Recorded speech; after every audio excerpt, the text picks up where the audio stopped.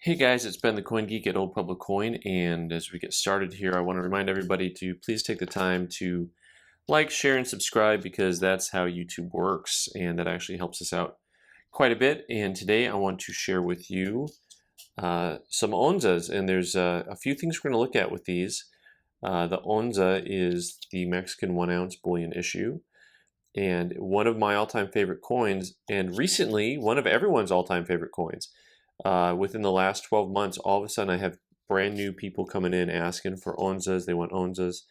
And the market demand shows that. I mean, you'll see prices going up on all these Onzas all the time. So this earlier style is cool because they're kind of fat. I like these better than the new style myself. And they have the edge lettering, Plata Pura. And then you've got MO. That's not my MO, that's Mexico City's MO. Lane 999, that's the Purity, Mexico. Of course, the Angel, that's not an angel, but I'm going to say Angel anyways, because, you know, that's what I'm going to say. Everyone can correct me, that's fine. Estados Unidos Mexicanos, and then we've got the beautiful, beautiful snake and eagle portrayal on top of the cacti. That is one of my favorite designs of all time. Beautiful coins and very popular. Usually they're trading for anywhere from about $5 to $10 over the price of silver. At least that's what it seems to me. But this video also has to do with some oddities or just things to look out for when you're buying coins and how to recognize certain things. First, I want to talk about on these guys. Let me get the right two here. You know, when I was looking close at one of these, all of a sudden I was like, oh man, there's a big scratch right there. It's almost all the way from the N in Onza straight up. And at a glance, I thought, oh, there's a scratch there. And then I had picked up another one. And then I was like, oh, wait a second. That has the same scratch. And then, you know, you have to take a second look and realize that, well, then that's not a scratch. That line is actually in the die. The die itself has a huge scratch running down it. And then I was looking closer and you see all this whiteness in between the A and the angel's hip and wings. Those are all die polish marks. And die polish mark is basically just a scratch in the die itself. And there's a couple of ways to recognize that versus a scratch. Now it's a little bit harder when you're in the big open field like this. Like this just looks like a scratch because it's unusual to see a single long line down a coin. It's a lot more common to see all these smaller lines together. So this is kind of an unusual thing. One of the things that I do want to mention before I figure out or show you how to figure that out is I do want to mention that one of the ways that if you look at some of the numismatic studies, especially of older coins, and they start talking about die pairings, what are they looking for? Well, they're looking for very key little markers on a coin, almost like a fingerprint.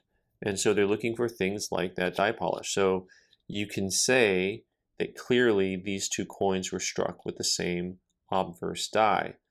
So that's kind of how they get to some of that. So if you've ever read that and wondered, well, how do they know?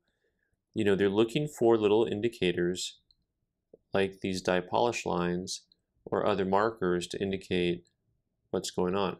Now, the way to recognize die polish versus a scratch, you know, if you get a strong enough magnifying glass or loupe or something, sometimes you can tell. But oftentimes what you want to look at is if you have some form of lettering or some part of the device. I'm just going to make up a line here. And if you have lines and they come up to the device, when I say device, I mean that's like part of the design. And you see the lines and they'll go like this. You know, that's die polish. If you see the lines and the line goes and it goes over the top, those are usually cleaning lines or scratches that are on the surface. So one of the things you'll notice with this big scratch here, even though it's in the open field and you're like, well, I can't see it, but all of a sudden when it gets up to the head here where that edge design is, it comes to a stop. It is underneath it. Same thing with all these lines that run up into the eagle feathers. I was going to call her an angel and get you all mad. Instead, I called her an eagle. All right, but you see how these lines, they stop when they hit the feathers. They don't go over the top of the feathers. And also these lines, there's some that reach a little bit towards the A, but they just kind of stop there. One of the things that we noticed about these Onzas as we were going through them, because we had a few groups, is a lot of them have, the planchets themselves had other flaws built into them. Now this one here, you see this big white mark, and at first, once again, it looks like, hey, that's a big old contact mark. But it is not. And this one's a little harder for me to describe because it's not really running over the device very much. It's not running over that 5. It's mostly in an open field. So it's a little bit harder for me to describe what to look for. So instead, if we can get a coin that maybe has a hit on it or something, we can just take one of these here. Like something like that. Okay, here we go. All right, so if we take a coin like that, okay, so just so you know, I didn't actually just hit a coin. I was just, goofing around. So this half, I grabbed a half that had a big contact mark in the front of it. To try and compare, although it's not the best example because it still is a kind of big gouge looking mark. And everything has to do with how the metal flows or doesn't flow. So what happens is, this mark here, you can actually see almost like a crater. You see how it is raised around the rims?